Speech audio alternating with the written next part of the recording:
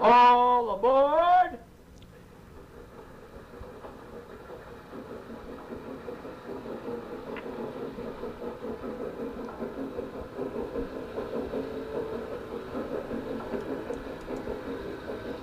Next stop, Chicago Junction.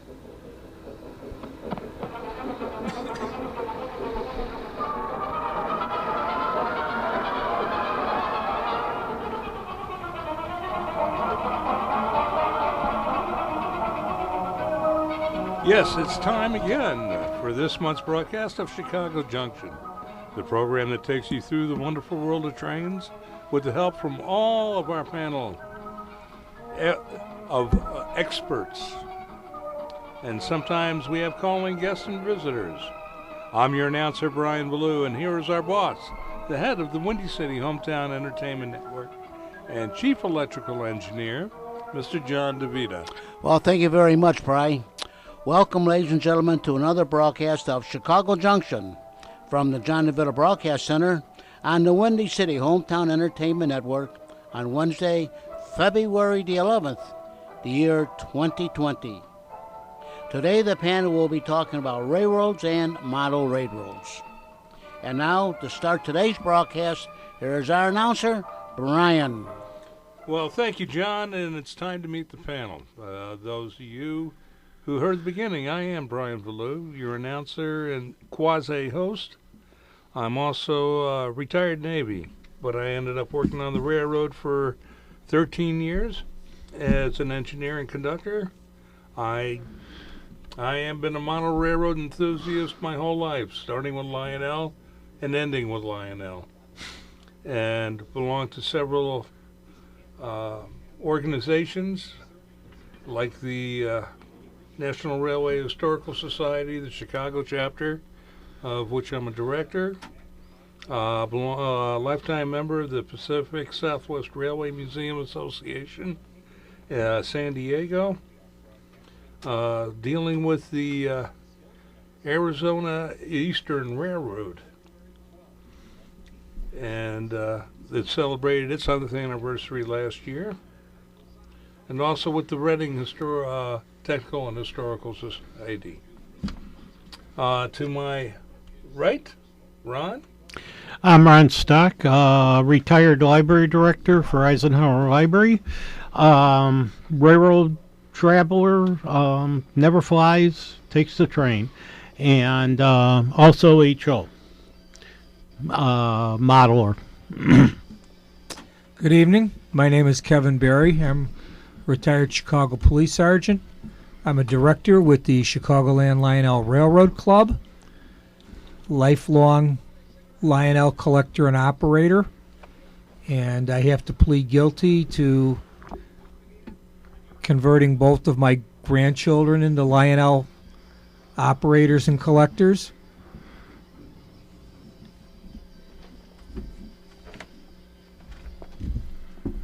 I don't know, I'm more fascinated with Brian having technical difficulties over here with the with the headphones.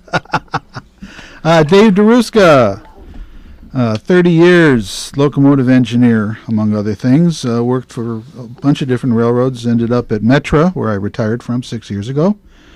I am also the vice president and program chair of the Blackhawk chapter of the National Railway Historical Society. I am the person in charge of Chicago Railroad History Month, which is our big effort, our big push to celebrate Chicago Railroad history once a year right now, leading up to 2023, where we will be hopefully celebrating the 175th anniversary of the first train to operate out of Chicago. And we're planning events, trying to get people interested in this idea. We have a poster that we sell. And let's see, what else can I add? Oh, and I do our website. I do the, not website, but the Facebook page for Chicago Junction, as well as the Facebook page for a group called Chicago Area Railroad Historians, which is a really great bunch of guys, very knowledgeable. And if you have questions about the railroads in Chicago, join our group and post a question. We'll be happy to answer it. That is true. And also because I belong to the Cincinnati Railroad Club, I'm on their history page. They came up with it about 3 months after you did. I guess they saw your page and said, hey, we can do this in Cincinnati. I encourage everybody to have a railroad history page, whatever your interests are in railroading. But who wants to kick it off? I'll take a shot at it. Monday morning, opened up my computer, and here's this beautiful 148 scale plug-and-play 1953 Ford. And it has the Mastercraft doors, Herald, on the door, the door on the driver's side and the passenger side, and beneath it, Vetter, Sash, and Door Company. And it happens to be a $29.99 truck that's free if you make a $19.99 purchase. And when you roll to the next page in the Menards ad, it's Vetter, Sash, and Door Company building. The truck would, be a natural tie-in to that for $109.99 with 3 figures, 2 pallets with doors and windows. The building has 4 dormers, a dust collector, 2 rotating exhaust fans, a dumpster, and of course the ever-present Jack the German Shepherd. And about a week before that, the High Speed Rail Alliance sent out an ad for their baseball cap. I guess they're doing baseball caps as part of a fundraiser because they think $35 is an appropriate price for a baseball cap. And their logo, the first thing that struck me was it looked like they stole the sleeve patch from the movie Forbidden Planet. And I'm not delusional here because I showed it to Uncle Brian, and Uncle Brian says, yeah, that's real close. But it's a silhouette of a TEV type high-speed rail engine passing across the front of a teal blue circle. The odd thing about it is there's a little spike or shock wave coming out the other side of the circle in front of the engine. And they also put out a little blurb. The TGV number 1 is now 40 years old. And that the U.S. House of Representatives proposed including $55 billion for passenger rail in their budget for rail and infrastructure. Where that will go is a very good question. I don't know if they were serious or it was just a wish list item. Well, I think the current budget being proposed by the president cuts everything. I don't think there's money, but there's less money than there was last year. So I don't know. I know they're going to be beggaring Amtrak on their eastern corridor, but they're supposedly putting more money into other projects, especially infrastructure for rails. So we'll see where that goes. What portion of all that money that was sent out to California for the high-speed rail actually got used? I don't know. They were paying court costs. Yeah, lawsuits. Frivolous lawsuits. We don't want your train. We don't want no fast trains going by. They make noise. They cause air pressures that affect my karma. Ask Feinstein. Only if I want a migraine.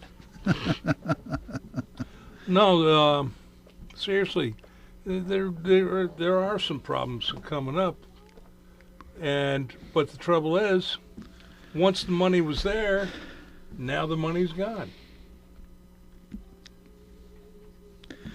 Let's say it's a troubled project. Right. And leave it at that. Yeah, it's a trouble project. Florida's telling them to bite my cookies.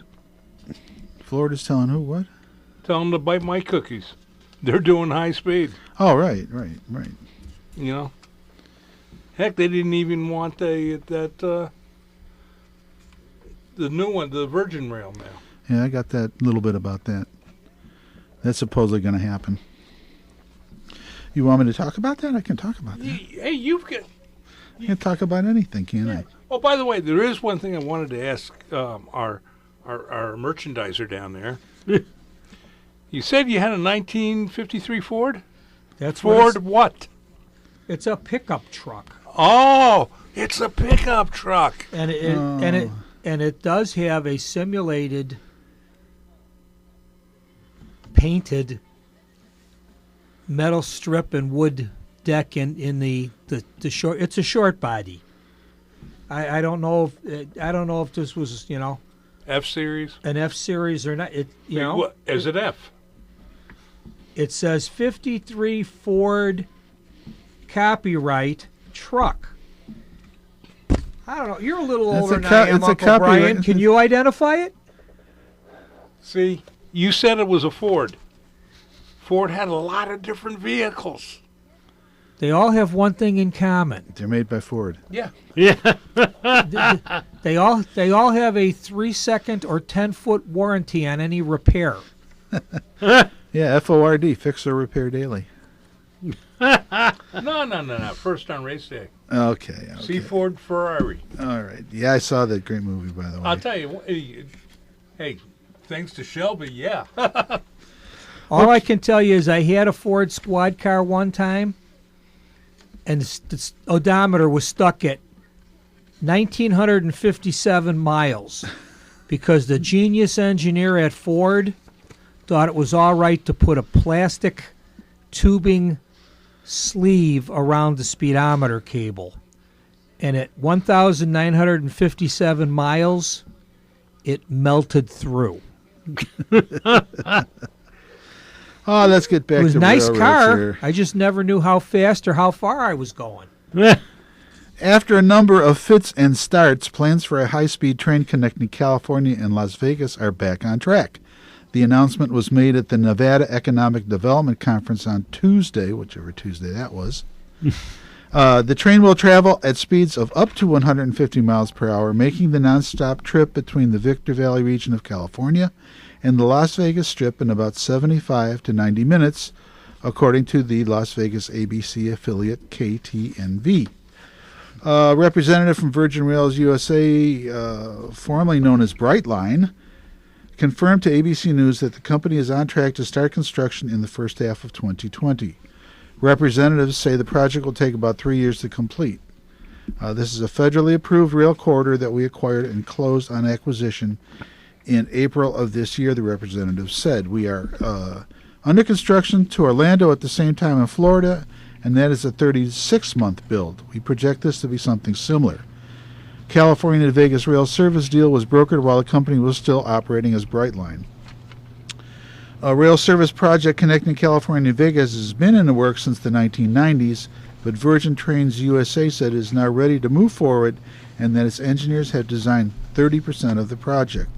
The price tag of the project is anticipated to exceed $4 billion. According to the company official, pricing on the one-way trip will be $60. Well, that's going to be kind of tough for the gamblers. Got to buy a round trip. Yeah, they're going to force you to buy a round trip. Virgin Rails USA says the first privately funded passenger rail system in the U.S.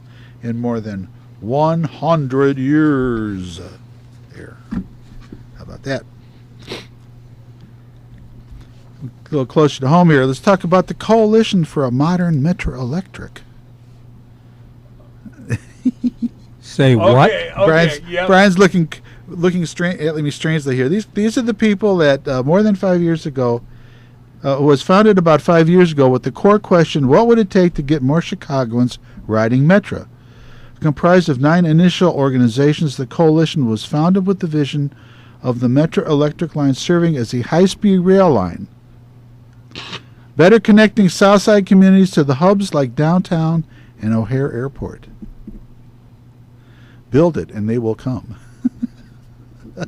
Next month, Active Trans, I don't know about that, will be honoring this plucky organization for its efforts to improve many people's lives on Chicago's South Side. They haven't done anything, but they're getting an award for it.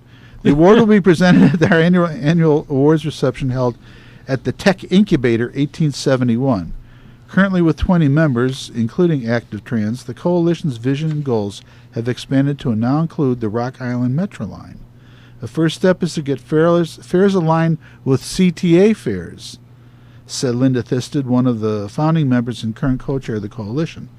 The coalition also wants to see trains running every 15 minutes, like a rapid transit line, and they want seamless transfers and coordinated connections with PACE and CTA service for Metro Electric passengers. And they go on to talk about how last year the coalition took a promising turn when Cook County Department of Transportation offered to fund a 3-year demonstration project that would cover the cost of lowering fares and increasing service on the Metro Electric and Rock Island lines. The proposal, which seemed like a great win for the coalition, is unfortunately at a standstill. The offer hit a wall when Mary Lori Lightfoot and the CTA expressed concerns about declining ridership on CTA if the proposal were to move forward. We want a big victory until Metro and CTA. We will not have won a big victory until Metro and CTA sit down at the table and roll up their sleeves and say, let's make this work. And I'm sure we'll be reporting on this for decades to come while Metro and the CTA think about rolling up their sleeves to work together. One of the big problems in Chicago is you've got these competing transit agencies. Rather than having one single transit agency running all the different transits, the buses, the L trains, the subways, the commuter rail, they're all going to want a little piece of their pie, and they don't want to give up any power to anybody else. And that will never change. That will never, ever, ever change. Mark my word. In an effort to require the CTA to participate in a BIOLEC project, the coalition has got behind 2 legislative bills sponsored by Representative Marcus Evans and Bill Cunningham. So they're going to try to force the CTA to go into negotiations. So we'll see what happens. I mean, it's a laudable thing. Boy, I'd love to have 15-minute service in my neighborhood. I'd be a lot more convenient than every hour, but, it is what it is. I don't think these organizations realize that running the CTA and running Metro is a whole different creature. Running heavy rail and rapid transit are not the same thing. Even though at one time the Illinois Central ran their trains like a rapid transit service. They ran a lot of trains. Yes, so you had a beautiful double-track system. It's, the thing is the claim here is that South Side is being shorted and that job opportunities are not available to Southsiders because of the quote-unquote poor transit that they are receiving. But no one's saying anything about the people that live up on the north and west and northwest that get the same hourly service on their trains. And the CTA has the red line that runs through to Dan Ryan. There is a Northwest Line train that runs out to O'Hare. There's a North Line train that runs to Wilmette or Winnetka. So people have transit options. I think part of the problem is the distance between these transit options for a lot of people. Metro radically cut back service on both the Blue Island branch and the South Chicago branch. They're floating. They can't keep up with the costs of maintaining the railroad, paying the crews, purchasing new equipment, rehabbing equipment.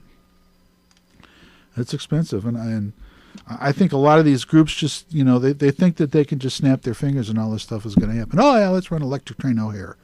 That'll be real easy. We'll just lay all the rail up there and we'll put the wire up and, it'll be just like that. Simple. Just do it. Yeah, and how much is the cost per year? And how many spools will they go through before they get it all put up? Oh, because everybody's stealing the copper wire. And the CTA does have that expansion project that will run out to 130th Street somewhere near King Drive. Right. course, that will be inconvenient because nobody wants to walk more than 100 feet to get to a CTA facility. Right. Well, you know, the CTA is an integrated transit system with bus and rail. And I don't know if it's because people don't want to ride the bus or the bus routes are too inconvenient for people. I know for me to take a bus, I would have to walk to either Vincennes or Western Avenue or 111th Street. And it's a goodly walk. It's a 20-minute walk. Vincennes is the closest, but that's maybe 15 minutes. So, yeah, it's not like, I can just step out my door and get on a bus. So we are blessed. Chicago's blessed with an excellent transit system. It's just that it isn't expansive in many areas. You know, it doesn't serve as many people as it should. You know, then you have PACE. PACE and CTA and Metro, and it's all under the aegis of the Regional Transportation Authority, but they're basically a wallet.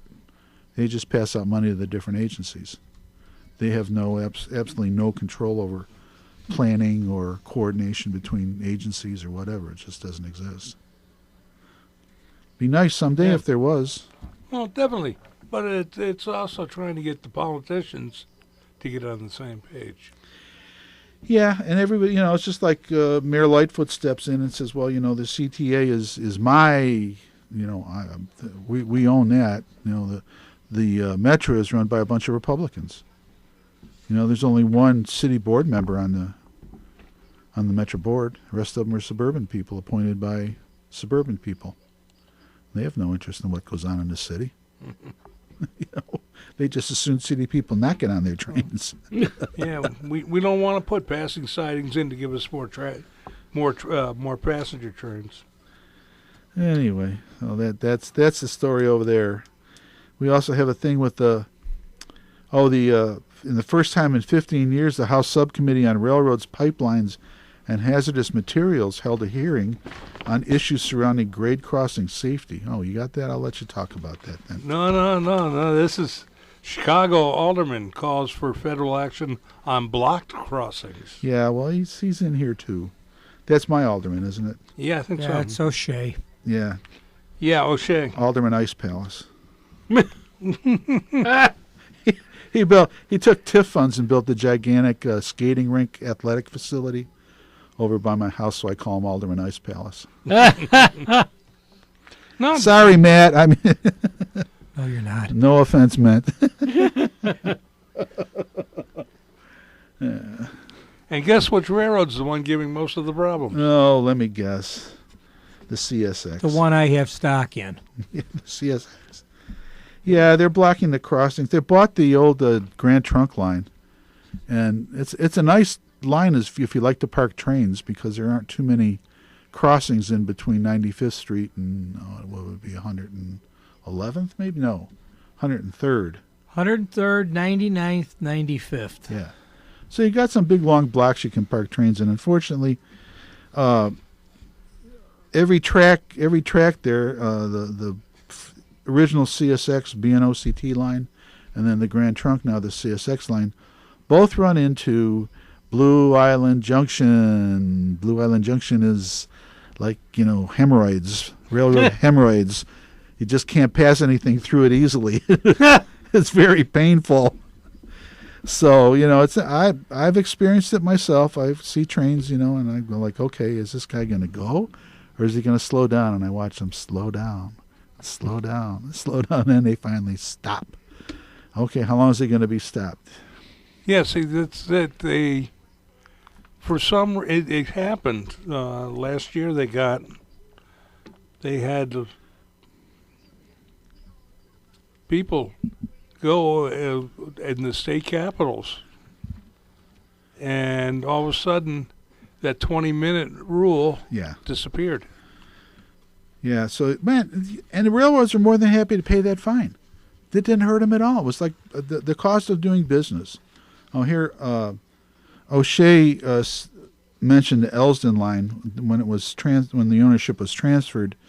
The Service Transportation Board required the new owners to install video monitoring system at Advocate Christ Medical Center to allow emergency room staff to know when crossings were blocked. In preparing testimony, I was disappointed to learn that 7 years after that order was issued, the system has still not been installed. Welcome to railroading in America. So, yeah, Alderman O'Shea was invited by Dan Lipinski, who is a, Dan Lipinski, a lot of people don't like Dan Lipinski for his conservative viewpoints, but he's done a lot for Chicago in terms of rail improvements, the money that Create got to do, to make changes. The new big thing is what the 74th Street interlocking, where they're going to kind of remove that hemorrhoid from the system. So that's what's going on there. They're meeting. They're telling the railroads they're supposed to do stuff, and the railroads aren't doing stuff. So that's the way it goes. The tracks at Rockwell, those aren't regular freight tracks. Those are B&OCT. Those are freight tracks. They're freight engines, but they're terminal tracks. No, they're through tracks. They run through trains through there. There's trains that connect at the Bar Yard. There's a main line at Bar Yard that bypasses Bar Yard. So there's trains that run through there. They're not all headed for Bar Yard. I've been there and seen 20 tankers with hazmat placards on them. Yeah. In a string. Yeah. And when it was challenged, they told the city, well, it's a terminal track. Some of the rules don't apply. Oh, yeah, they're trying to get around that. Yeah, when it was founded, it was a terminal railroad. It was the CTT originally, Chicago Terminal Transfer, and then eventually the B&O took that line over, and I'm sure they're looking back at, a couple hundred years of law that set those tracks up as terminal tracks, but no, they're lying. They're lying. Okay, here, a promising new bill has been proposed to the Illinois House of Representatives that would give a 50% discount on Metro fares to college students. The bill calls to amend the current Regional Transportation Authority Act that proposed that on after January 1st, 2021, any fixed route public transportation service provided by the Commuter Rail Board will give a 50% discount off of the adult fare to all students who present a valid student ID card with the previous 12 months by a college or university. So in other words, they have to be registered and enrolled for 12 months. The future for commuting students looks bright as Metro announced that there will be no increased fare in 2020 as well. And Metro currently charges college students with adult fares based on how far a passenger travels. And the college students are organizing and saying it's a struggle, it costs too much. Probably most of them live at home with their parents to help save money, and if it costs $195.75 a month, that's a pretty good pretty big price to pay, even if if you're working a part-time job or something to work your way through college. So and the fares have gone up, and there's much distress in the college community. On a happier note, Japan has started the Hello Kitty bullet train. The concept of the limited period campaign is that Hello Kitty will serve as a guide focusing on specific areas in West Japan. Hello Kitty has worked her magic to change the interior of the bullet train.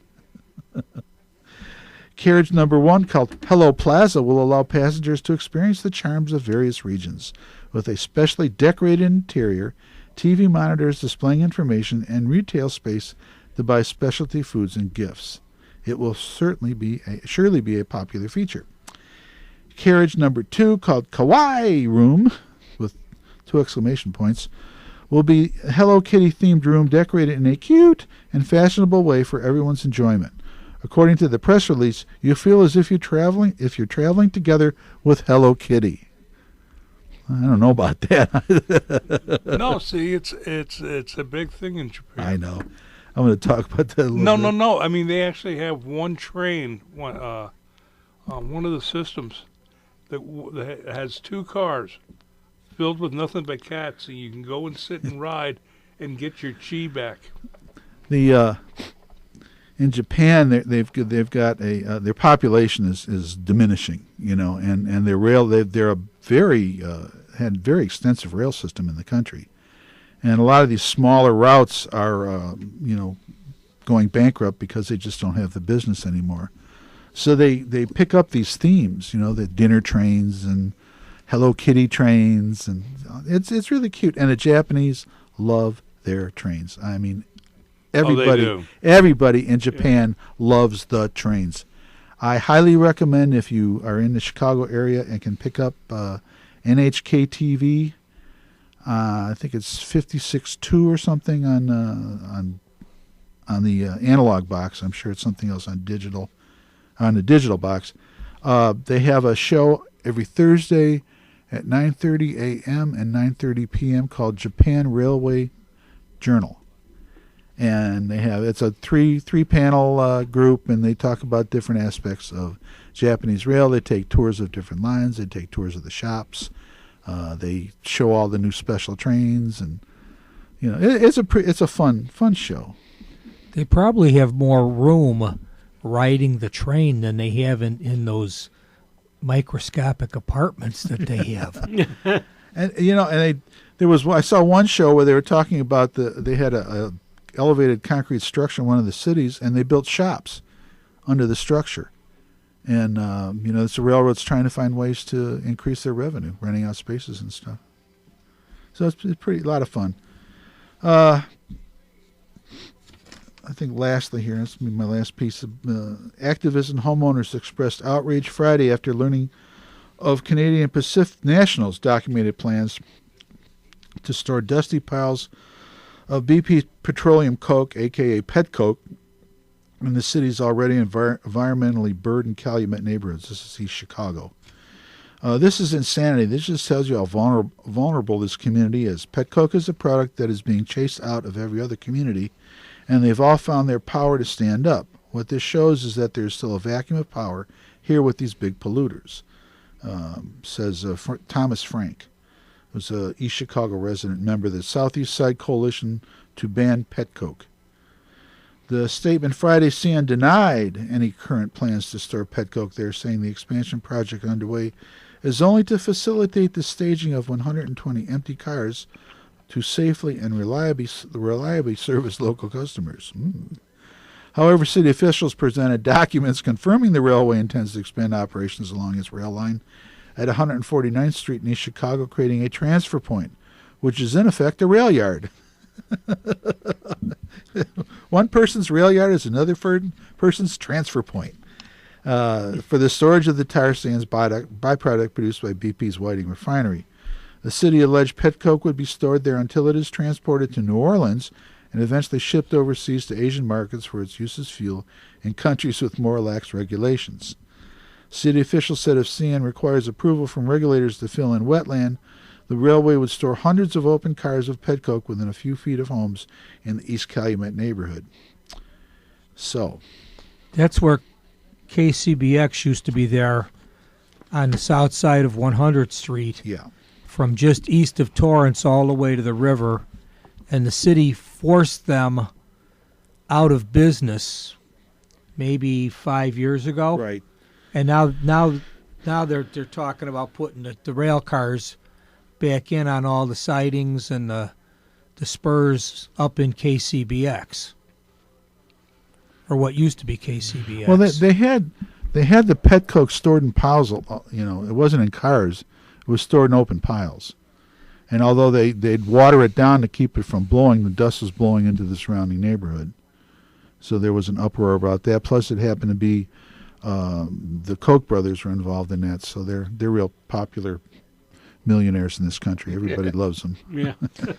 Well, I wipe my butt with their toilet paper, so. just east of Torrance Avenue, there's a six pair track that runs for 5 blocks. And since KCBX shut down, you rarely, if ever, see any cars sitting in there. I yield the floor. Well, I was going to finish up like you were talking about that article with Alderman O'Shea. Yes. The alderman proposed what he called straightforward measures the Congress could do to eliminate the problem, since the federal government has failed us. Including a law that would require moving trains to clear at-grade crossings in 3 minutes or less. And the fines for the railroad for every minute the crossing is blocked after the first 10 minutes. And I'm sitting there going, Huh? he really doesn't know trains. No, at one point, Because most of the speed limits we got down here, trains going no faster than 30 miles an hour. At one point, I offered his office to work with him as a volunteer to help explain how railroads work in Chicago, and they kindly, said, "No, thank you very much. We don't need your expert help. We'll just make stuff up as we go along." Yeah. Also in attendance at that hearing was the FRA's Associate Administrator for Railroad Safety, Carl Alexi, the Illinois Commerce Commission's Rail Safety Administrator, Brian Verrusi, Alameda Corridor East Project Chief Engineer, Mark Christophos, Operation Lifesaver Executive Director, Rachel Mielek, and Norfolk Southern Corporation Assistant Vice President, Safety and Environment, Jason Morris. Chairman Rep.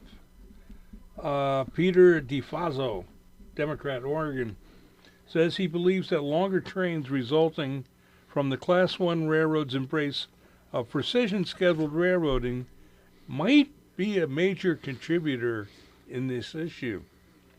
He and another member, Representative Dan Molinowski, from Democrat from New Jersey, peppered the FRA official about why the federal agency isn't doing anything to rein in train sizes. Alexi says he doesn't believe that's the agency's job.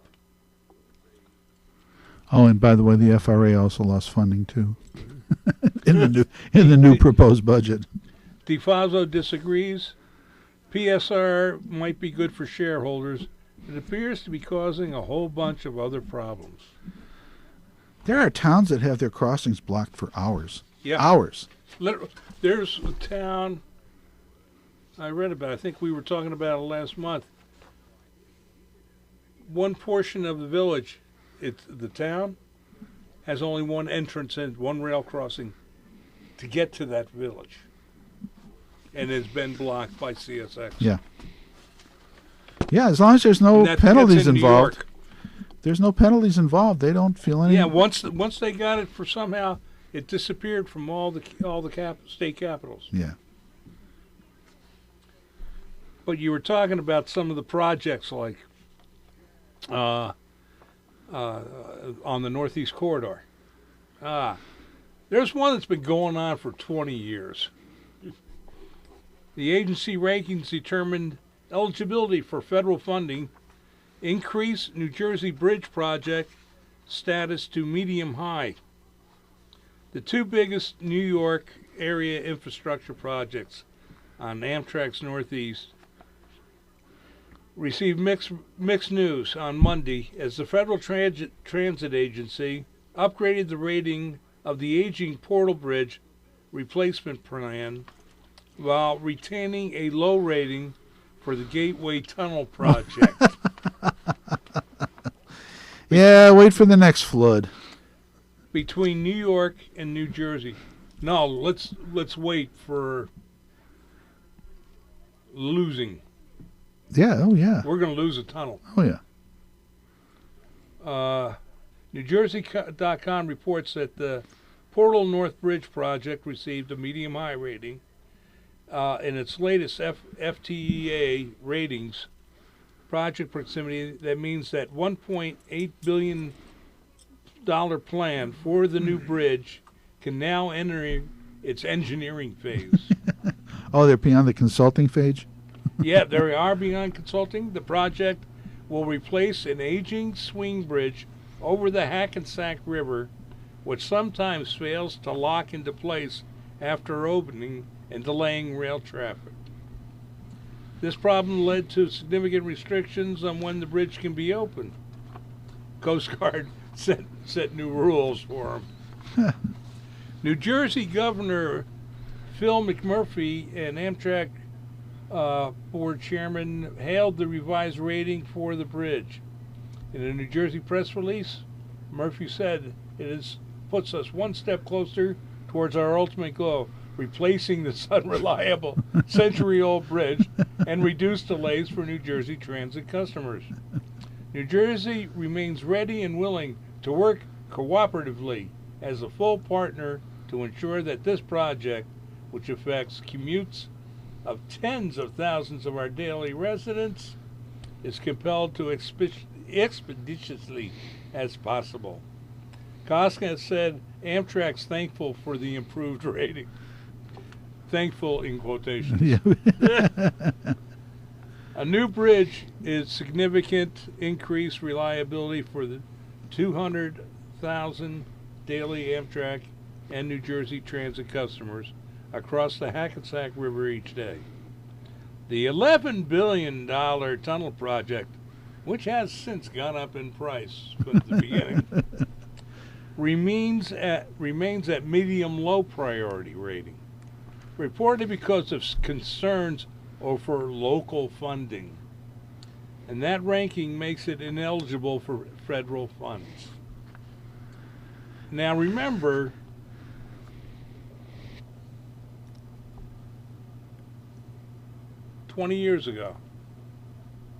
less than 20 years ago, say 15, 18 years, when a certain governor took office in Wisconsin and in New Jersey, oh no, that money's got to be used to fix the roads. Yeah, right. So the tunnel project funds disappeared. Right. And also the passage, all the track work done up in Wisconsin, that all disappeared. As well as the trains that they had up there, the train sets that they paid for and were in storage. They're finally moving out to the West Coast, right? They're going out west. Yeah, they're going out west now. And actually, there's going to be a factory start making new Talgo sets. But not in Wisconsin. No. No. No, they've got that Huawei plant out there out west of the Racine that isn't going to make anything now. Yeah. It's just going to be research and development. And so it is my hope that the advancement of the Portal Bridge represents a recognition by the Trump administration that the Gateway project is a project of national significance. Continued low ratings for the Hudson tunnels show that we must remain vigilant and hold this administration's feet in the fire prior to not holding the prior administration's feet Well, again, to the fire. the issue is not so much the federal government, it's the fact that the state of New Jersey won't commit to their portion of the funding. Right. And it's the same with doing the Lackawanna cutoff again. But Pennsylvania has funding set up to reconnect the bridge between New Jersey, because what they did, the Conrail says, well, we don't want to pay taxes anymore, so we took out each end of the bridge, the entrance tracks, and the Lackawanna cutoff was cut off. And they've been wanting to get back. They've been petitioning and everything because they want to run holiday trains to the Poconos Mountains and such. And nope. And then when they finally got going, you had your NIMBYs. Oh, we got this frog that's it's rare and sacred. It's going through this area. So the track has been there the whole time the frog's been here. And it's gone through the EPA process 12 times. They keep on finding frogs. A different EPA office Nothing that lets them talk to one another. Oh, goodness. But yeah, that's why I enjoy reading some of that stuff in rail pace, because the Northeast is really screwed up. Yeah, and I start reading the stories about SEMTA, and I go, oh, them and Metric really got to get together. But as you can say, funding the Gateway is more than just a regional concern; it's national priority.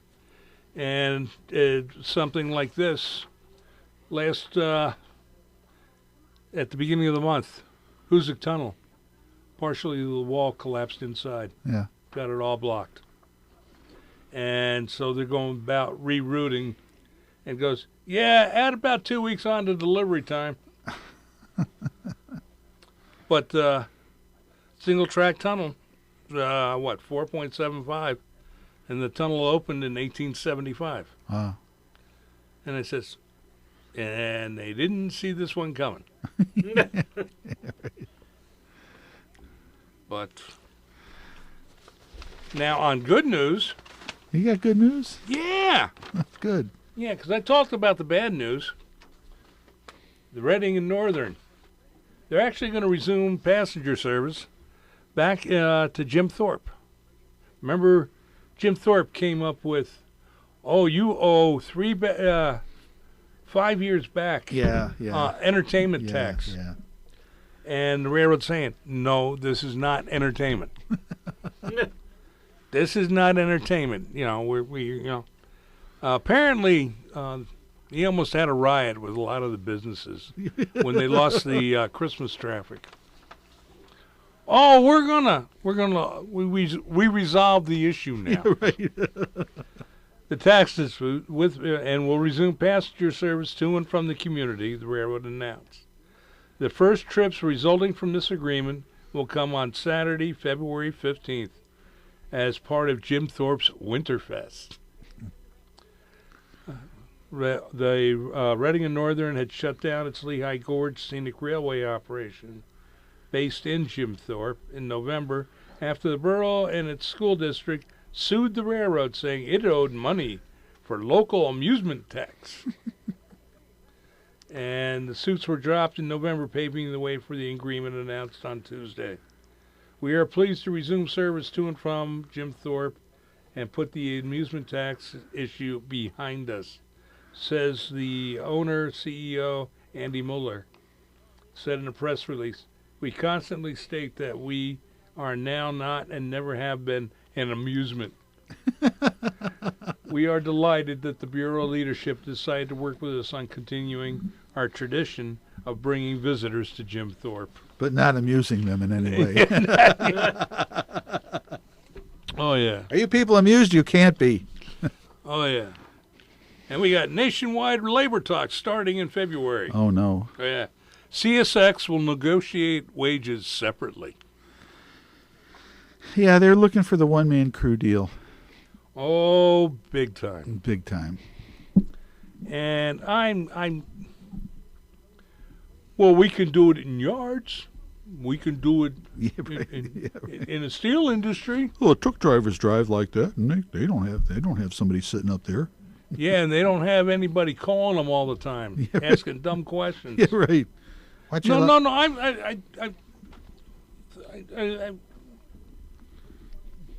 Safety is got to be a big issue. Yeah, but safety isn't a big issue for the railroads. It's they're run by bean counters and investors. And all they care about is making money. And if they can figure out a way to cut the fat in the rear end, they'll do it. Okay, well here is I'm talking about safety. Okay, Norfolk Southern. In an ongoing effort to save money through implementation of precision scale railroading, Norfolk Southern continues to scale back operations. In most recent round of infrastructure cannibalization along the Fort Wayne line from Ohio. That's the main Pensy route coming into Chicago. In Fort Wayne, Indiana, effective November 26, 2019, in Columbiana, milepost PC 60.8, Londonville, milepost PC 153.6, and Ross MP PC 171. Dragging equipment detectors are removed from service. In the month before that, they moved top box detectors. Now, where is the safety going to be with one-man crew? Yeah. Guy in a pickup truck. That's what they really believe that. I know, they're delusional. You heard it here first. The railroad companies in America are delusional. Well, although the BNSF, I believe, is still not. They haven't been inoculated with the precision railroading disease. Infected, let's say. Hey, you want to give Ron? You got something for us? Yes. We've been hogging the mic here. That's okay. My first program, I was watching TV the other day, and it was on ID, which is always murder shows. There was a program that was titled Stranger Among Us. The subtitle was Homicide on the Rails. And the story ran Monday at 8 o'clock, and it was about it started on March 7th of, I think it was 2017, and John Albert, who was a 17-year-old college student, decided to leave Palmdale, California, and go on a train hopping ride with two other couples that he met. And they obviously were more veteran train hoppers. He hadn't done it. This was the first time he was doing it. And the group kind of took him in. And he was doing this during college break. And on the 7th, he left on the 7th, and on the 17th, he called both his mom and his twin brother to say he was going to be returning home. Subsequently, he never did return home, and his brother filed a missing persons report on April 19th.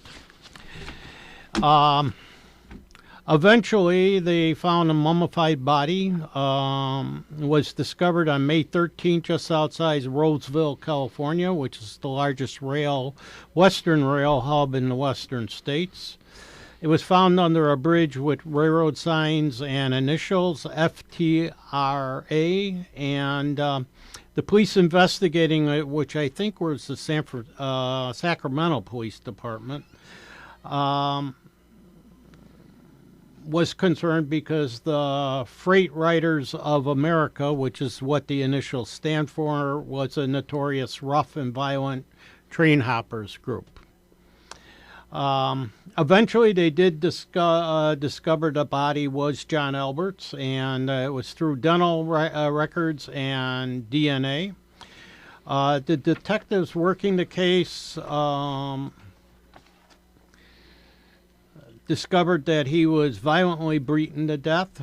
They managed to trace down two of the couples through Facebook links and their railroad monikers, and eventually got their real names. They were told by one of the women in the group that another train hopper was last seen with John, and they had no idea what happened after that. Subsequently, the detectives tracked down this other person and found out through his railroad nickname, and found out that he could not have done the crime since he was killed in a freight train wreck out on the East Coast. So they focused back on the group. As it turned out, one of the women stabbed him to death on March 17th, which was the day that he made his last phone call. And she got a 15 to life sentence. Two of the guys got 11-year sentence, and the other woman got 7-year sentences. And it was a very interesting show, plus the fact that it points out, as most of us that are sort of interested in railroads, riding the rails is not a good thing, No, ever. no, it's a lot of criminals out there. Right. Anybody who thinks that it's a joyride, it's not. Right. Girls will get raped and killed, and men will get raped and killed. Yeah. And the other thing, the reason why I thought it was interesting that they brought in the one subject who they thought maybe did them in, and here this guy on the East Coast gets in a train wreck and gets killed riding the rails.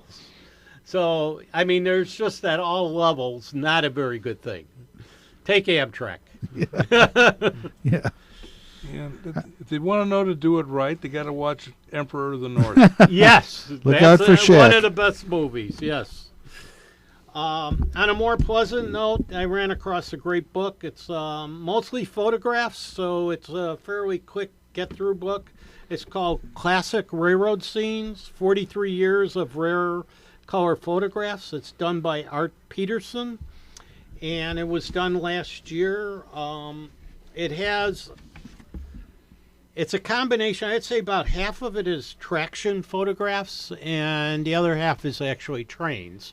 So a lot of great trolley cars, different urban railroads. They actually do. They have it set. It starts in 40. Was the it goes from 1940 and up to I think 1973. And it covers every area of the United States. West Coast, East Coast, South, North, you name it, they have it. They have, each one that they talk about has a colored picture that goes with it. The ones from Chicago in particular, they had quite a few pictures of Chicago, were interesting because of I'm sort of interested in Chicago history, and the photographs are, of course, because of the dates before I was born, and just looking at some of the areas, and they give you real good details about what the photograph is and what's going on. All the pictures are great. I'd highly recommend it. It's put out by Kallenbach, and it's also part of Train Magazine. It's got their label on it, and it's a really cool book to look at. Very good. I also have 2 train shows that are coming up in the Chicago area. One is the, I'll do it in order. One is March 14th and 15th. It's the Lake County Model Railroad Club Spring Open House. It's an HO gauge in Wakanda, Illinois. And it's located beneath the Holly Hill Coffee entrance in the rear of Maple Street Public Parking. And it's in downtown Wakanda. They have a nice layout. I've been there a couple of times, and it runs both days. It runs from 11 a.m. to 4 p.m. They have free admission, raffle prizes, and once again, an HO layout. Their website is www.lcmrr.org. The other one is a show. This is the 39th annual. It's the All-American Railroad Show. It's in Lyons Township High School. They have probably anywhere from, I would say, 12 to 15 different models. Pretty much every scale. They have N scale, Lionel, HO, G scale. They have a huge G scale layout that runs on the floor. It's very popular. It's only one day. It's Saturday, March 21st. They start at 9 a.m. and run to 5. It's at Lyons Township High School Field House. It's 100 South Bernard Avenue, corner of Brainerd and Gossett in LaGrange, Illinois. And they have a lot of exhibits. It's if you're interested in all gauges, definitely the place to go to. Admission is, I think, a reasonable $5. And if you have age 4 or under, it's free. So, and they have some really nice layouts. They rotate them around. I'd say there's usually 2 or 3 different layouts from the previous year, but most of I'd say the vast majority do come back year after year. So that's kind of interesting. The Oak Park Model Railroad Engineers is their layout for their HO keeps being upgraded because it was.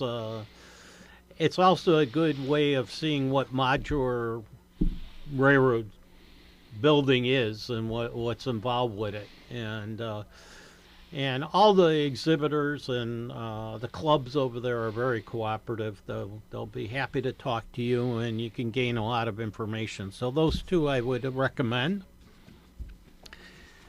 I happen to bring the HO version of what Ken was talking about, the Vitter Snash and Door Company. And I don't think I need to talk about too much of it since he had already given a good description of it, including the truck.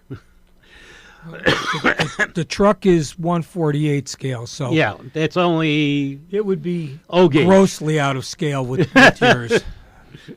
That is true. And the other piece of equipment that I did bring, which is really nice, it's a Piggly Wiggly grocery store. And the cool thing about Piggly Wiggly, at least when I was younger, we would take car driving. My folks would take me on vacation, and you saw a lot of Piggly Wigglies, especially out west and probably down south. And not so many in the Midwest, although I think now there's 1 or 2 stores in the Chicago area. I know there's one in Galena. Yeah. So, but I always thought they were kind of cool. I like the pig. Yeah, that's what people said. They're going shopping at the Pig. Yep. And, I know there's one up in Antioch. Okay. oh, okay. And there's another one up in Elkhorn, Wisconsin, because we go there all the time to the shop. And there's also another one in East Troy, which is just a few miles east of Elkhorn. And a couple in Milwaukee, too. Thank you. So you can go to the Piggly Wiggly and then go to the Trolley Museum.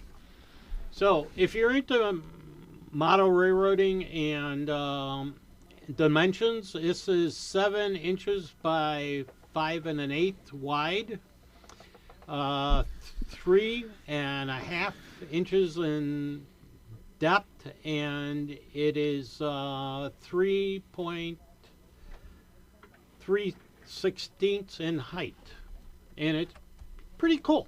I think it's basically a 50s style grocery store, and I think everybody, at least our age, is familiar with Piggly Wiggly. So Almost everything that Menards has released in the last 2 years in O scale, they are also releasing in HO scale. So I would imagine the next big thing with Menards is they're going to start getting into HO car and track. I would think so. They do have a nice collection of their Lionel cars and stuff. They're pretty neat. The one thing that I have to admit as an HO person, they did come out with the UFO and the collar, finally in HO. That was, I think, this year. Yeah, Brian brought it in a couple of shows back, Well, I think. yeah, but that was Lionel. That was O gauge. Yeah. Yeah, it was. No, that was from Menards. Yeah, oh, yeah. But the HO one didn't come out until about a year later. Yeah. They first released it in Lionel. I know, because I was looking for it. I was like, when's it coming out in HO? Oh, well, anyway. So, Lionel did bring out a couple of new Area 51 cars for you, Uncle Brian. They're in the new catalog. Oh. Mm-hmm. Are they Menards? No, those are in the No. those are in the actual Lionel Okay. catalog. I'm still going on the fence about it, especially the set. So are you watching Project Bublik on the History Channel? Yeah, it's slightly off of trains, but... No, Oh, okay. no. I'm watching. I'm watching another program while that's on. Ah, okay. I'm watching Lego Wars. Oh, Oh, that's good, yeah. I heard it was on. I says I got to see it. I says, okay, my granddaughter's going to be here. She's a big Lego freak. I got to watch it. They had a thing on the internet about some autistic kid who built a Lego Titanic. Wow. Yeah. You should have seen Cincinnati Union Terminal that was built. Oh, my goodness. I mean, they got the plans and basically made, because of the size, a quarter-inch scale model Yeah. of it. They did a beautiful job on it, including all 14 tracks. And then somebody stepped on it and hurt themselves. Yeah, they hurt themselves all right. Well, and Hey, Ron. Good afternoon. Ron's here. yes, All right. Speaking of Lego, at that last Lake County show that they had a huge Lego. oh, the guy had a beautiful setup there. Big enough to fit. I think it was bigger than the studio. I think. Pretty sure it was a little larger than Yeah, that. Lego what? Train set. Really? Oh. Complete yeah, layout. 'cause- Wow. Well, you needed something to put your buildings on. So I was at a show about a year ago, and someone had built the capsized Costa Concordia out of Legos. Wow. That the cruise ship that got rolled Oh, because yeah. the captain was, pardon the pun, showboating. Yes. Uh, Actually, at the Lion Show, they did have, I think, they had a Lego set Yeah. within the last couple of years. So, well, yeah, you've got several. In fact, Yeah. DuPage. If you come on the Sunday that it's showing, usually on the stage there'll be a Lego layout up there. quick comment for the serious collectors. The LCCA convention will be in Omaha, Nebraska this year, July 19 through the 26th. And LCCA is offering an exclusive to members through the end of February with a daylight special. I want to say it's a GS4, and it comes with GS2. Okay. And it comes with an extra set of magnetized banners to put it back into the correct configuration for the 1939 opening of one of the train stations out west. Brian, save me. L.A. Union Station, Okay. the last Union Station built, And opened in 1939. the members get it at a substantial reduction in price. So if you've been thinking about joining LCCA, now is the time, but do it very, very shortly. And if you're going to throw that in, you might as well throw in the Lots Convention, which will be in Nashville. Okay. And in the Lionel catalog, believe it or not, they brought the skiing hobo car out with a black roof to match the original Polar Express cars. So they brought LCCA brought the white roof out last year as a member exclusive, and this year the black roof or the white roof are both available. They're in the brand new Lionel catalog that came out in the last couple of weeks. Quick question on the Lionel equipment. Now, Lionel, K-Line, that's all compatible with the controllers. Should you say the couplers? Mm-hmm. Yes. Have you heard anything on the couplers with the Menards trains? There's some kind of issue.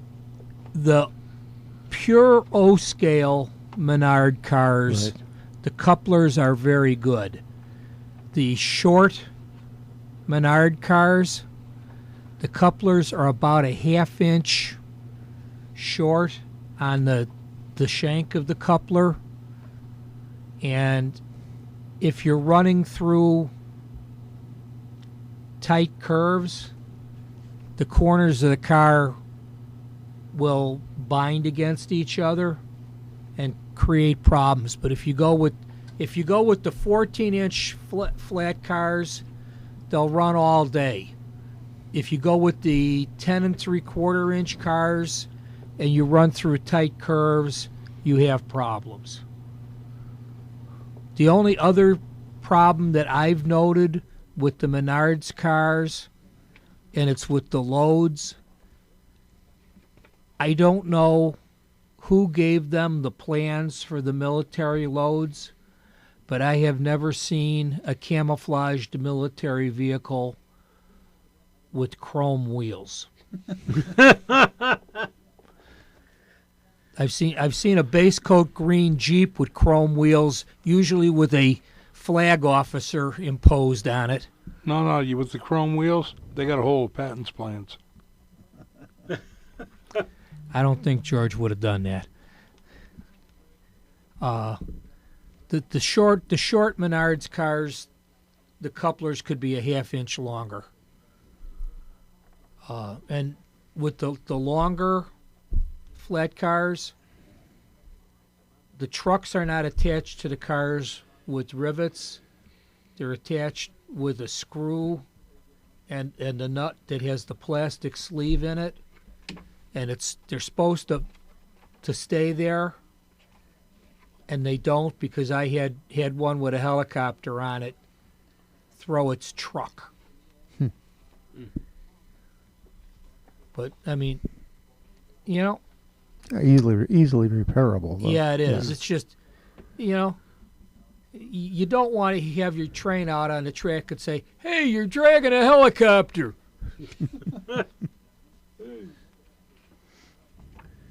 It was all right. It was the Navy don't helicopter. Worry. Oh, that's right. They're taking the equipment detectors out, so dragging equipment, they won't notice. The 3 helicopters are beautiful models. Matter of fact, I brought them in 6-8 months ago when I first got them. They offer an Army helicopter, a Navy helicopter, and a Coast Guard helicopter. So, you know, You forgot to mention Pardon me? it's illuminated. Oh yes, they Yeah. all are illuminated. and it's I got think all their it's products got a rocking horse or a rocking unicorn for the kidleys. Yeah, Kidleys to ride It's, on. it's a because they uni- always did have that. Rocking unicorn, that's for the It's a hippies in unicorn. California. Yeah. I'm going to go ride my unicorn. There was a Piggly Wiggly right at the intersection of Pulaski, which is Crawford in that area, and Devon, right on the northeast Oh. corner. Hmm. That's the only one I know of in Chicago that I remember. Well, Ron, Thank you. good to see you. Hi, Any good word? I'm here. All right. I made it through the snow. You're not making money, that's for sure. You're here. Yeah. Time off for good behavior. Oh, okay. I got to work the next 2 days. Ah. Well, the news preservation. People will be happy to know that the sharks have not disappeared. Queeg did not do them in.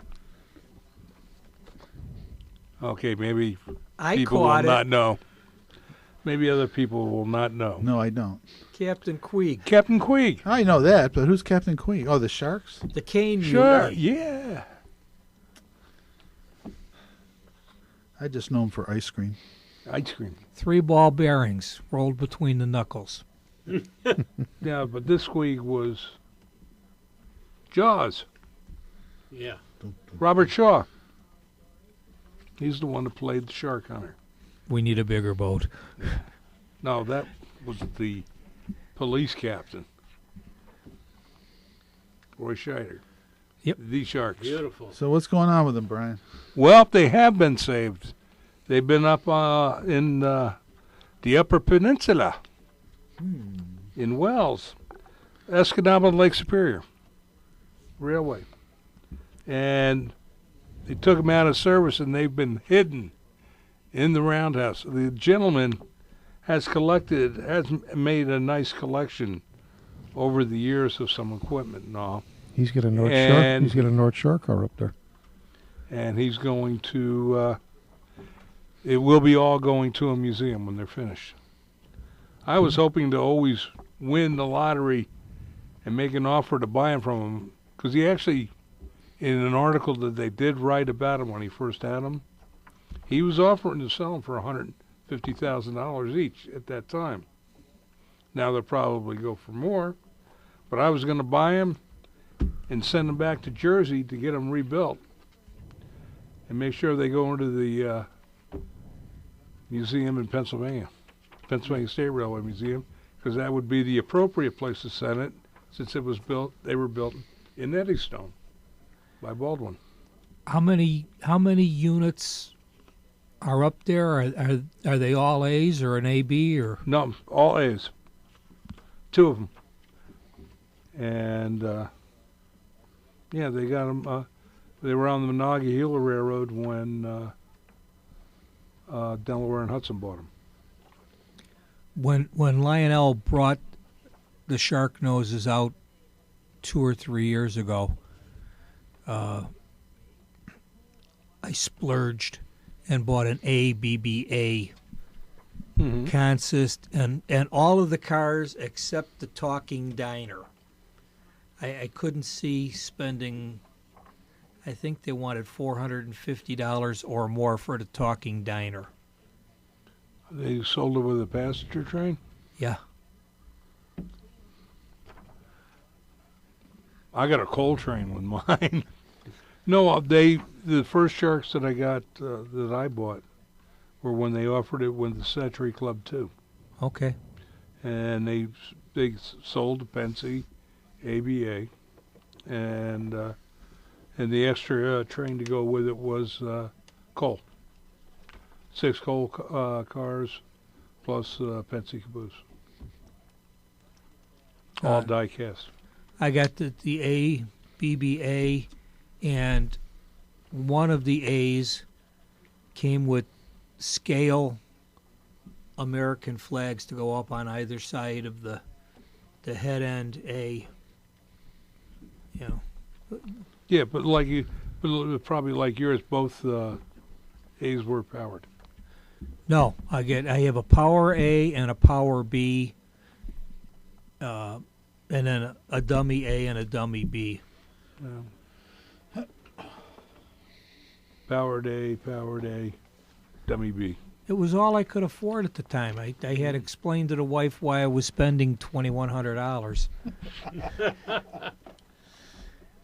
I love those conversations. I spent $200 on medication and got in trouble. Yeah. Well, you know, you gotta do some fast tap dancing when you spend $2,100 on your trains when she wants the kitchen remodeled. But you said, but hon, I can put the food on the train and we can have it delivered. Yeah.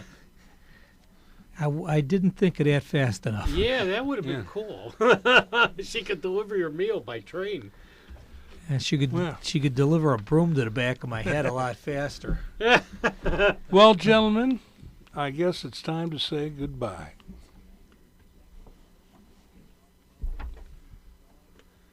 We're coming to the end of the line.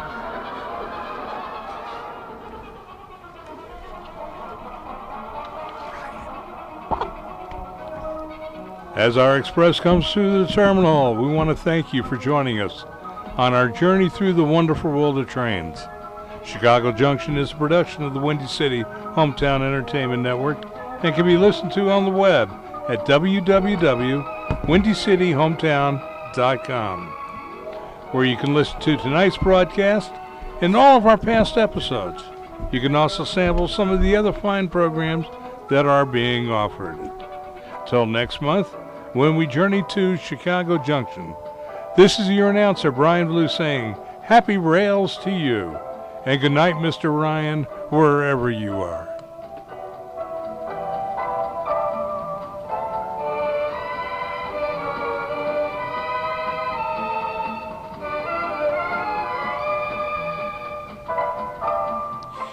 You have been listening to Chicago Junction on the Windy City Hometown Entertainment Network from the John DeVita Broadcast Center on Wednesday, February the 12th, the year 2020.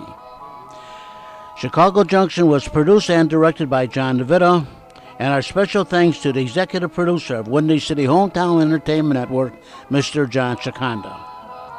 This program was pre-recorded on Wednesday, February the 12th, the year 2020.